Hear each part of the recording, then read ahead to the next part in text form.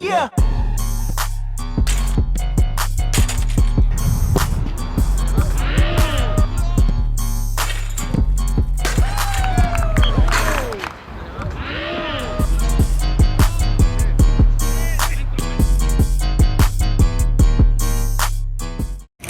Retrouvez votre magazine avec Winamax. Winamax, le plus important, c'est de gagner.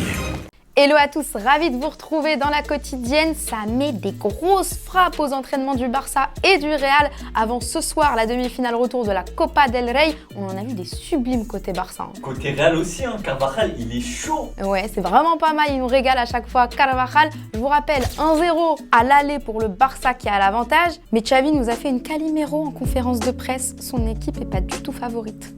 Para mí un punto de favorito en la eliminatoria es del Madrid. Siguen estando más acostumbrados a jugar este tipo de partidos, tienen mucha más experiencia, están acostumbrados a remontar partidos.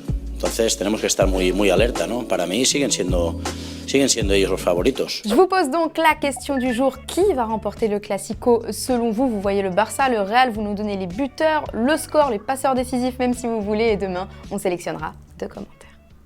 En Angleterre, le tant attendu Chelsea-Liverpool n'a pas tenu ses promesses. 0-0 au score final. Même si N'Golo Kanté a été titularisé pour la première fois en 7 mois, il a quand même joué ses 3 derniers matchs sous 3 entraîneurs différents. Thomas Tuchel, Graham Potter et Bruno Saltor. Bon, on n'a pas vu grand chose d'intéressant, mais l'intérimaire des Blues, Bruno Saltor, lui, il nous dit pourtant qu'à l'entraînement...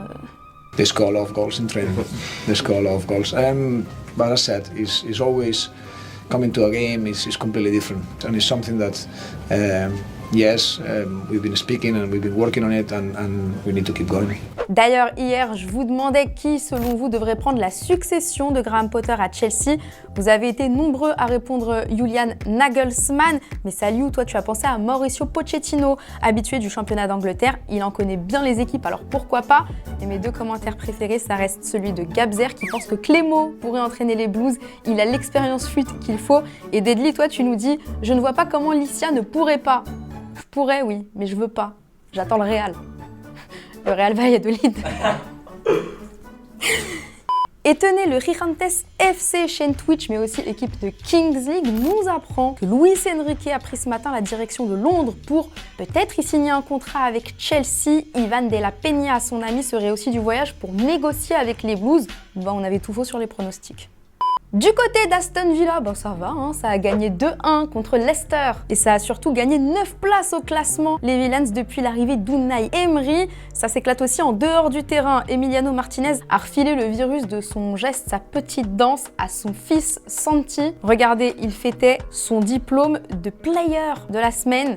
Lui aussi est gardien, mais il y en a un qui n'est pas champion du monde.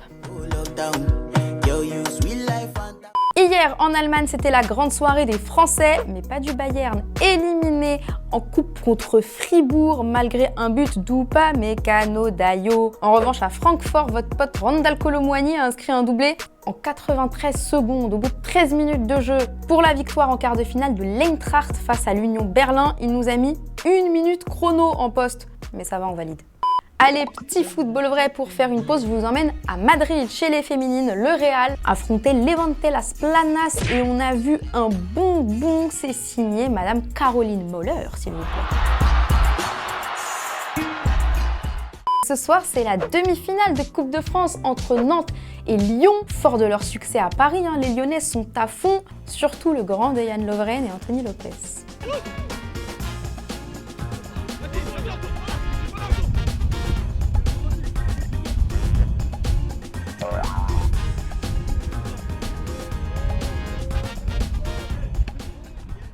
En Italie, qu'est-ce qui se passe? Il y avait de la Coppa d'Italia entre l'Inter Milan et la Juve, score de parité. Mais gros problème avec Romelu Lukaku, lui, buteur, est allé célébrer devant la tribune turinoise avec un doigt sur la bouche. Résultat, 2e carton jaune, exclusion et des insultes racistes pour couronner le tout de la part des supporters. Le communiqué de l'Inter ne s'est pas fait attendre, en soutien bien évidemment à l'attaquant belge. Et une autre personne lui a apporté son soutien.